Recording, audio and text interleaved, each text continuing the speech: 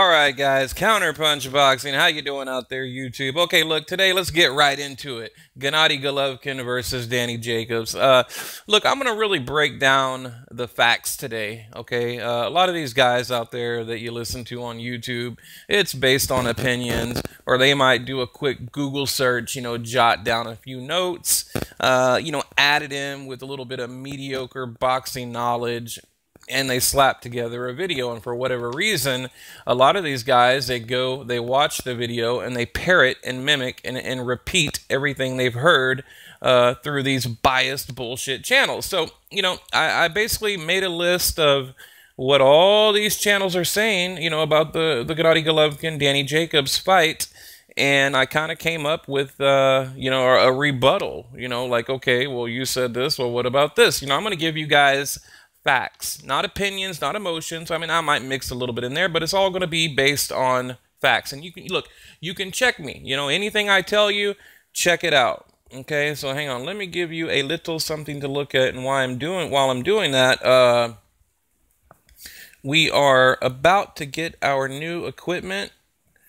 So the whole look of our channel is going to be completely different than it is right now.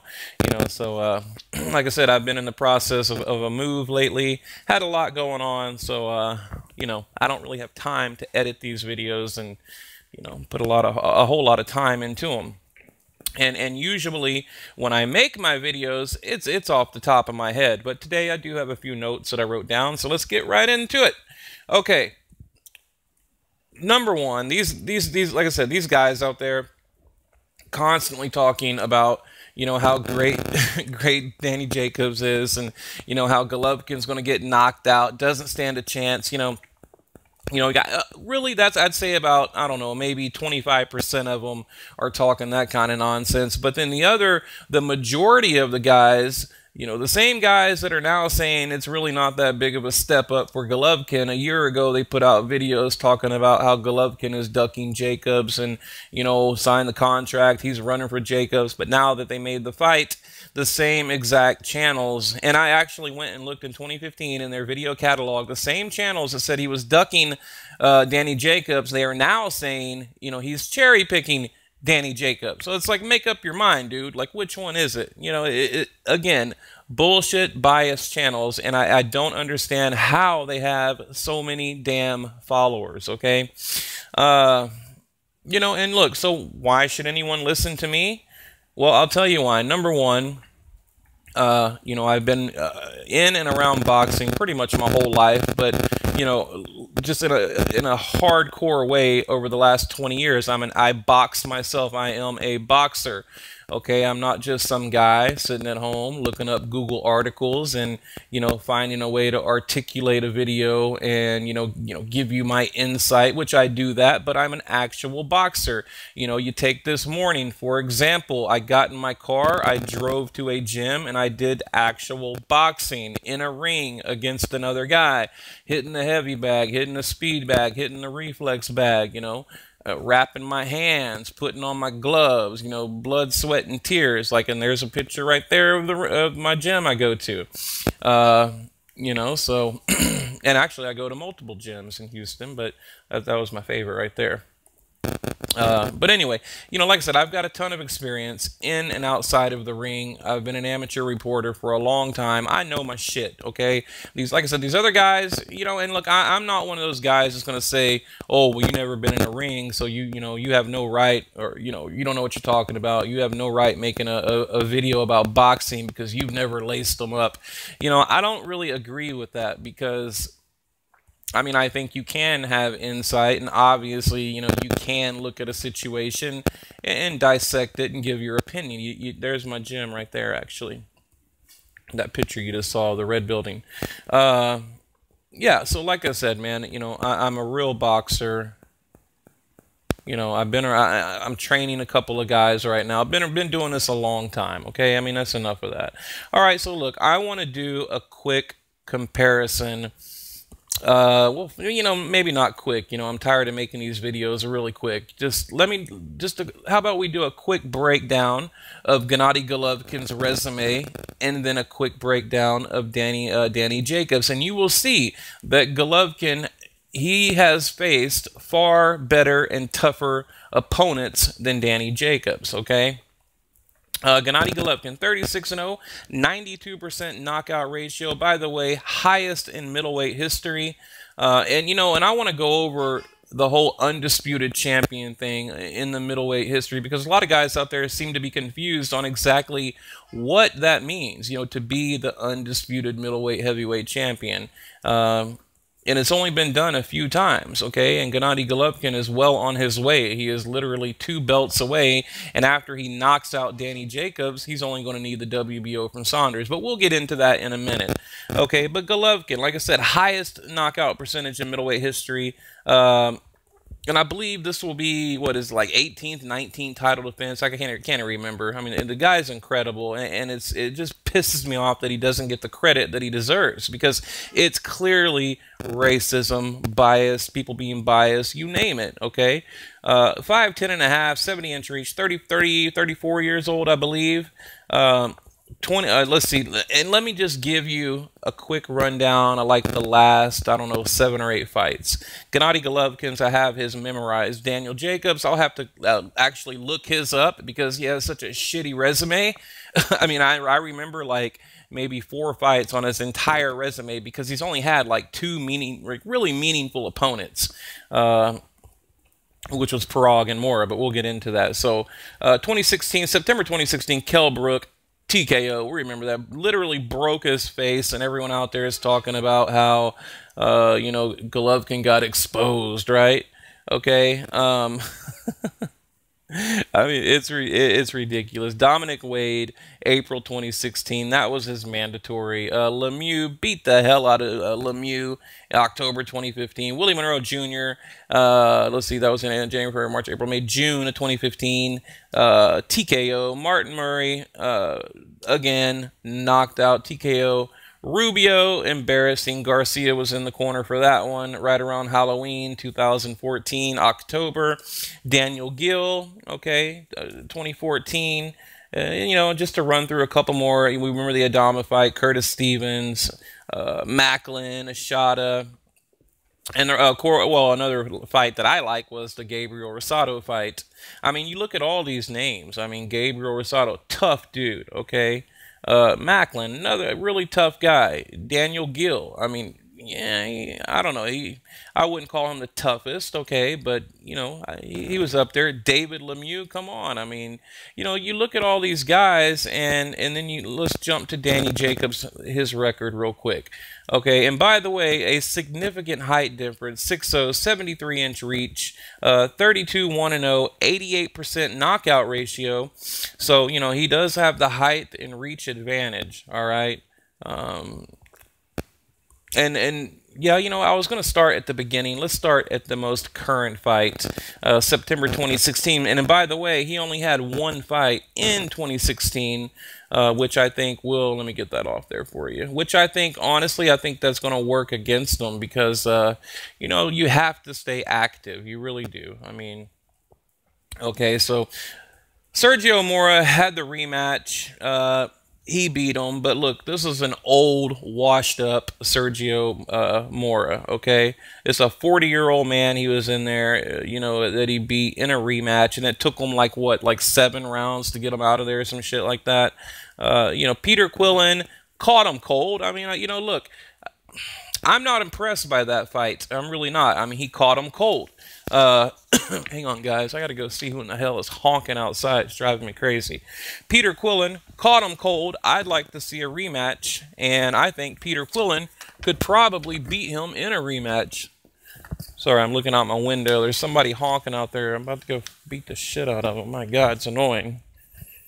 Yeah, we have these neighbors, and they have like these big-ass trucks, and they're constantly honking their big-ass horns. They have like these giant air horns in their trucks, and it sounds like a damn, them big like boats, or what do you call them, big ships that come into the channels, like the fog horns, like, it's so fucking loud. I'm in Texas. Look, we got a bunch of rednecks around here, and most of them are idiots, so... But anyway, getting back into it. Okay, and before that, again, in 2015, the Mora fight. All right. And you remember now what I don't like about that fight. In round two, he broke his ankle. Okay, he broke his ankle. All right. Now, this is what I don't like. It should have been ruled a no contest by the New York State Athletic Commission because he broke his ankle. But it wasn't. So that's something, I don't like. And I really think that's that Al Heyman influence. I think, Al Heyman, look, he's deep rooted. He's got a lot of connections in New York. And, like I said, that fight should have been a no contest. But it wasn't. So that's just something I've always, I've never liked about that fight. And really, look, I can go over the rest of his opponents, but after the Dmitry Pirog fight, after the Pirog fight, I mean, he just fought a bunch of nobodies. I mean, people that I have no idea who they are. I mean, Caleb Trox in 2015, Jared Fletcher, Nunez, which I know him. He's actually Milton Nunez. He's not too bad. And I believe let's see, Milton Nunez and I think Jacobs and Golovkin actually fought him. Who was that? They have one common opponent, and that might be it. You know what I'm saying? Like, Jacobs fought him and Golovkin, but I could be wrong. But they do have one common opponent, but I can't remember who right now. Collins, I mean, just a bunch of bullshit fights. So you go look at the Dmitry Pirog fight, he got knocked the hell out. And look, and by the way, people that well, you know what? I'm not going to, let's get into it. Okay, people that keep saying that Gennady Golovkin ducked Pirog, they don't know what the hell they're talking about. Okay, Pirog made the fight instantly. Number one, both guys wanted it. Okay, Golovkin made it instantly. Pirog made it instantly because both guys, they wanted to fight the best and unify. He didn't ask for some crazy amount of money like Jacobs is doing, but we know he injured his back. Couldn't make the fight, okay? And Jacobs is milking every damn penny he can out of Jacobs. And then they say, oh, he's, Gennady Golovkin ducking Peter Quillen. Okay, bullshit. Peter Quillen ran from Golovkin. Richard Schaefer refused to take the Golovkin fight. Now, again, look this up. Fact check me. You got Tom Loeffler on the phone to Richard Schaefer, pretty much begging for the Peter Quillen fight. And they wouldn't take it, okay? He would not take the fight. I mean, again, and here's the thing. Like I said, I actually watched an entire video of some guy, like, trying to justify how Golovkin is ducking, or is and did duck Peter Quillen. It's just crazy. And if you remember Peter Quillen, he wanted like what did he want, like 7, 8, 9, 10 million, some shit like that to fight Golovkin. I mean, that's a duck right there.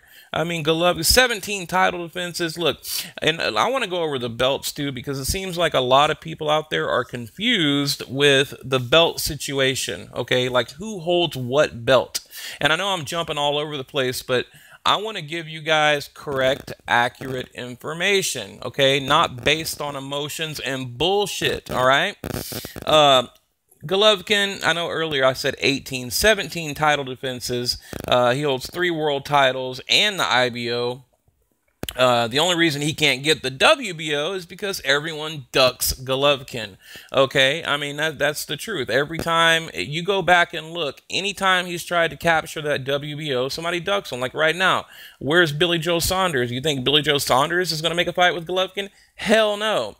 All right, Gennady Golovkin, he's got the WBA Super, okay? Remember, there's different versions of the WBA, the WBC, the IBF, and the IBO. Yes, that's right, the IBO. Sorry, damn, almost forgot. So he's got, let's go over it again. The WBA Super, the WBC, the IBF, and IBO. Okay, now, Jacobs, he has the regular version of the WBA. Gennady Golovkin, he has the super version of the WBA. So there's different versions, all right?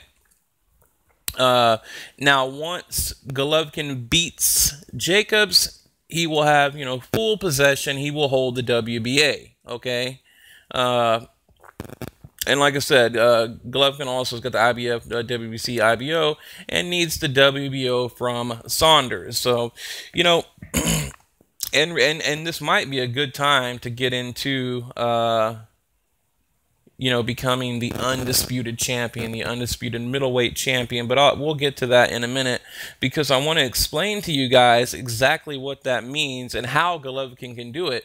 Really, he's only 2 fights away from it, but we'll get into it. And remember, now it's 4 of the main belts. I mean, back when like Hagler did it, I believe back then it was only 3. You know, he captured 3, so it's a little harder. But now I will say, we don't know what Gennady Golovkin will do, but Hagler, he was the most successful middleweight champ, because he defended every belt multiple times. I mean, so incredible career. Really, I'd like to make a video and break down Hagler's career, because it really was just incredible. So.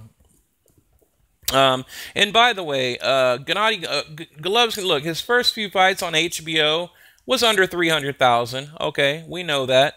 Tom Loeffler, you know, Tom Loeffler, he put out that statement. So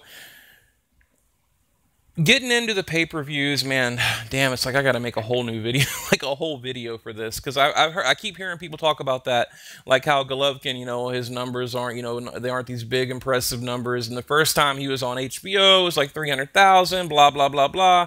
But you look at him now, the dude is selling out arenas, completely selling them out. Okay, in 2016, any fight Golovkin had was like the most viewed on HBO. So yeah, he might have started out, you know, with kind of a small viewership, but now, you know, he's got a huge following, and you'll see that with the pay-per-view buys, and I guarantee you, every pay-per-view buy will be from Gennady Golovkin. You know, how many guys do you think are going to get up and drop a bill, damn near a bill, down on Danny Jacobs? And not many.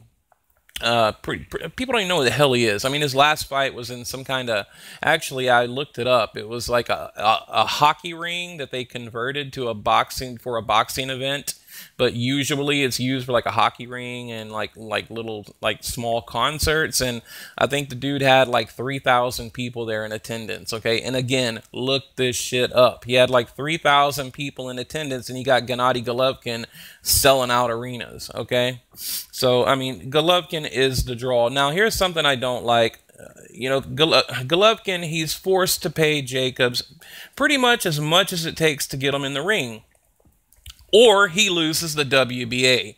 Okay, so basically Jacobs is robbing him, and he's taking advantage of K2, Tom Loeffler, Gennady Golovkin, Team Golovkin, completely taking advantage of him. You know, not like Parag. Look at Parag. You know, he signed the contract, and that's why I brought up Parag, because he signed the contract to fight Golovkin, not like a little bitch, you know, trying to get, you know, milk Golovkin for every dollar. And Gennady Golovkin is having to spend his own damn money to get this coward in the ring. Look it up, people. These are facts I'm giving you. You know, it's not opinions, okay?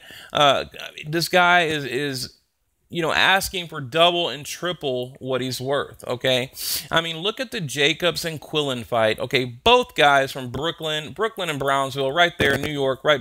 You know, they're both New York, Brooklyn local fighters in their own damn backyard, okay?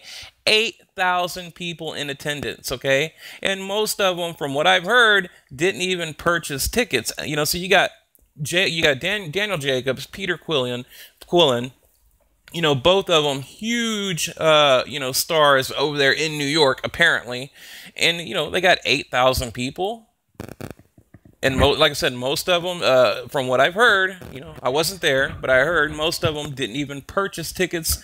On fight night, they basically let the public in because they didn't want an empty stadium, okay, empty arena. I mean, it's ridiculous, okay? So, I mean, really, guys, just look this shit up. So, and look, and like I said, sorry, there's a guy driving by. Jacobs just fought in it's some kind of like gymnasium type arena, and before, like I said, before that, I mean, he didn't sell out anything. He didn't bring in big crowds. He didn't bring in a big draw. So why is he asking for all of this money? I don't understand. This is the problem I have. Why is he asking for all this money out of Golovkin? Like I said, the guy just fought in a gymnasium, and the biggest fight of his career, they had 8,000 people, which isn't shit, really. I mean, I just watched Canelo fill up a stadium with 48,000 people. I was there, So, I mean, he's ripping them off, okay? And if you don't see that, then I don't know what to tell you. So yeah, guys, I don't know. I mean, and look, leave your comment below, and there's a few more things I want to get into here. But I'm going to look at my list here because I want to make sure I am not leaving anything out. Like I said, I want to go over a few more things and what it means to be the undisputed champ, okay? All right, yeah. Okay.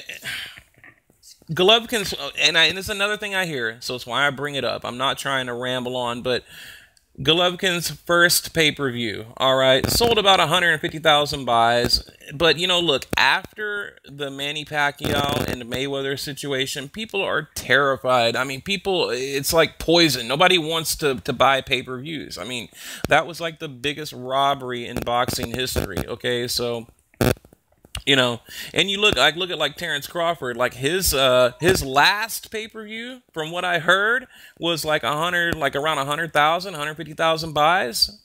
So it's a bunch of bullshit. So yeah, I mean, just do your homework, guys. Just somebody's texting me. Hang on. But okay, now. Another ironic thing that I'd like to bring up that it's kind of related. I think it's hilarious. So HBO, we remember the Kovalev Andre Ward situation, right? And I'm not going to get into a big long drawn out lecture about that. But remember, HBO supported Kovalev Ward, right? And they wouldn't support the Pacquiao Vargas fight because they said, nah, it's not going to generate enough money.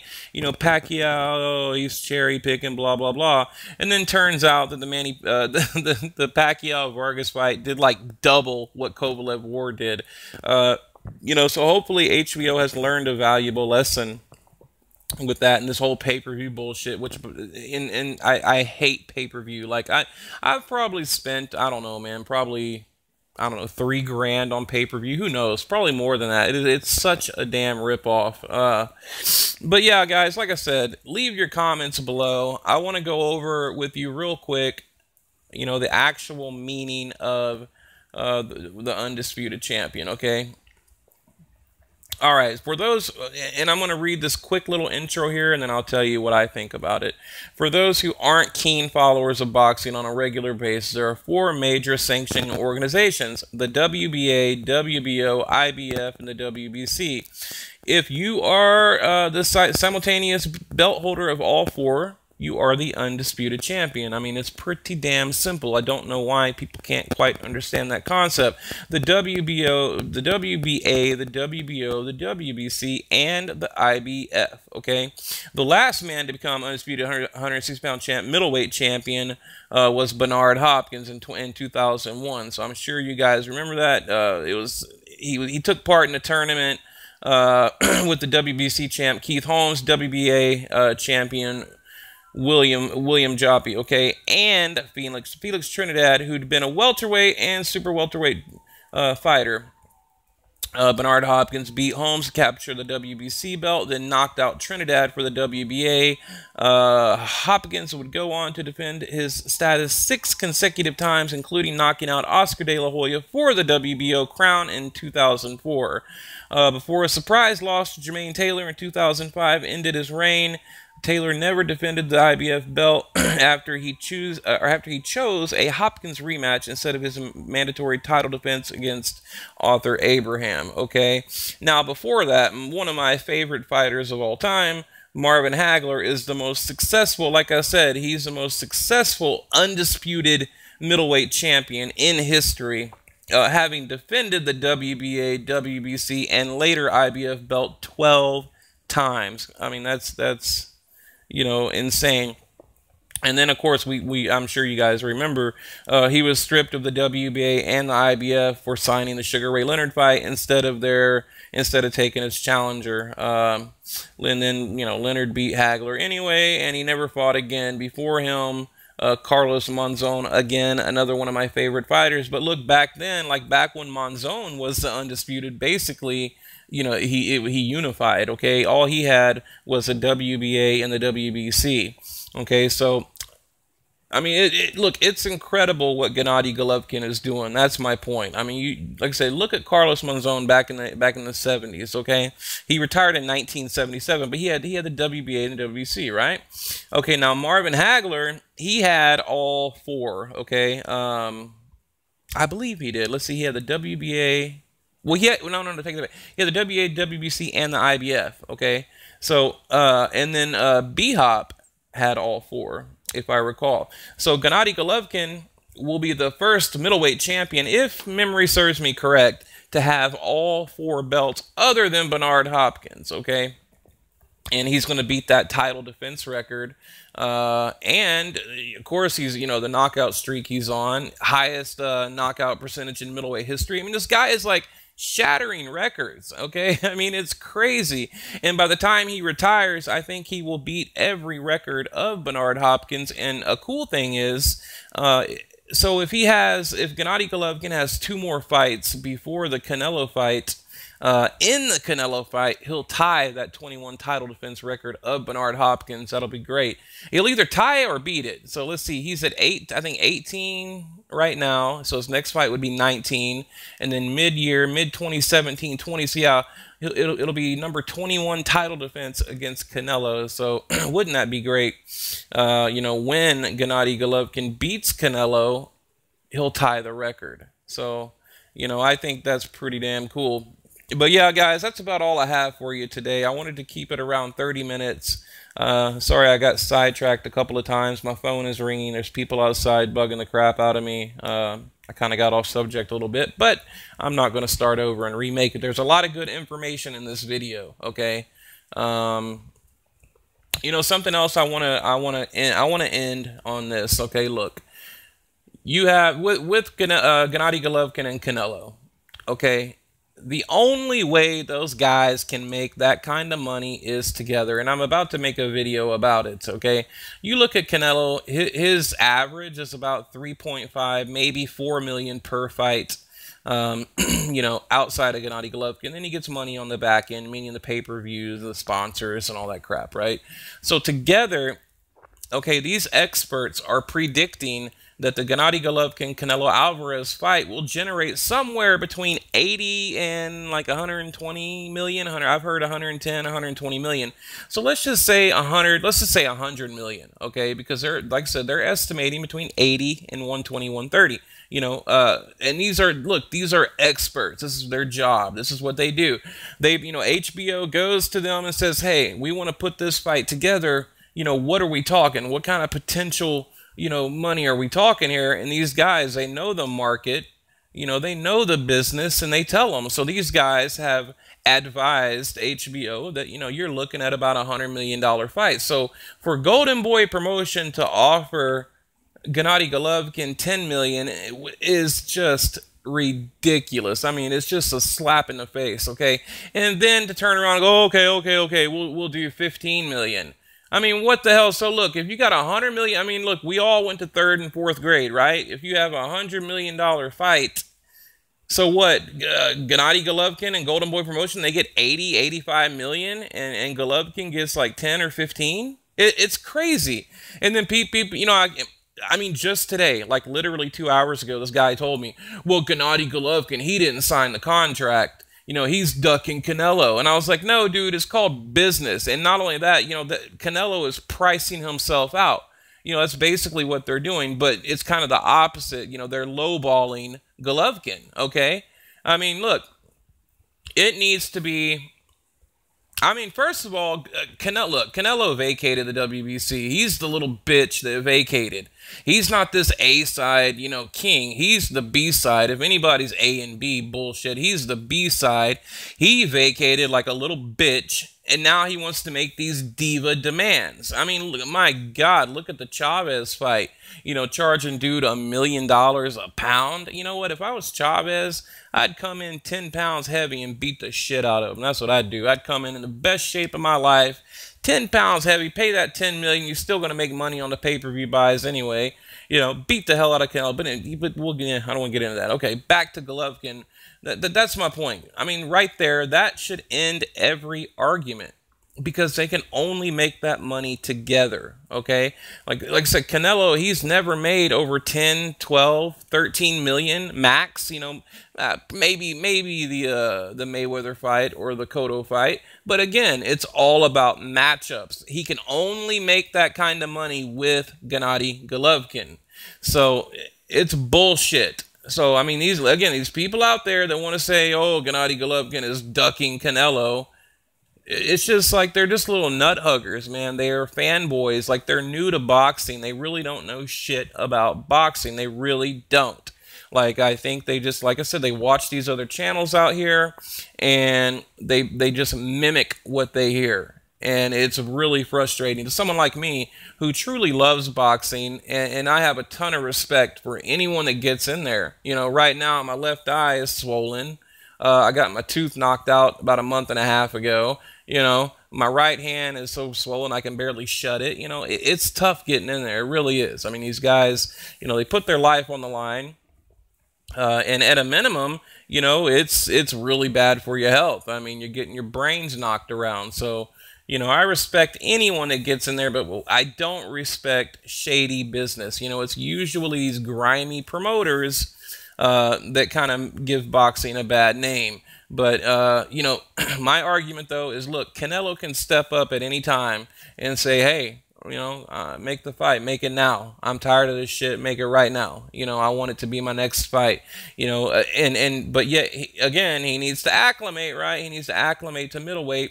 But now he's fighting Julio Cesar Chavez Jr. at a 164.5 pound catchweight. But he needs to acclimate to middleweight, you see? I mean, this is the bullshit I talk about. And these guys out there, look, they're aware of it. They know what's going on. But, you know, they're making a ton of money on YouTube by catering to people's emotions, you know, feeding them a bunch of bullshit. But they won't sit down like I just did and break down the facts. I mean, I went over everything with you. Take anything in this video that I told you, and it's 100% true. Because I'm not going to get on here and tell you a bunch of bullshit that isn't true, okay?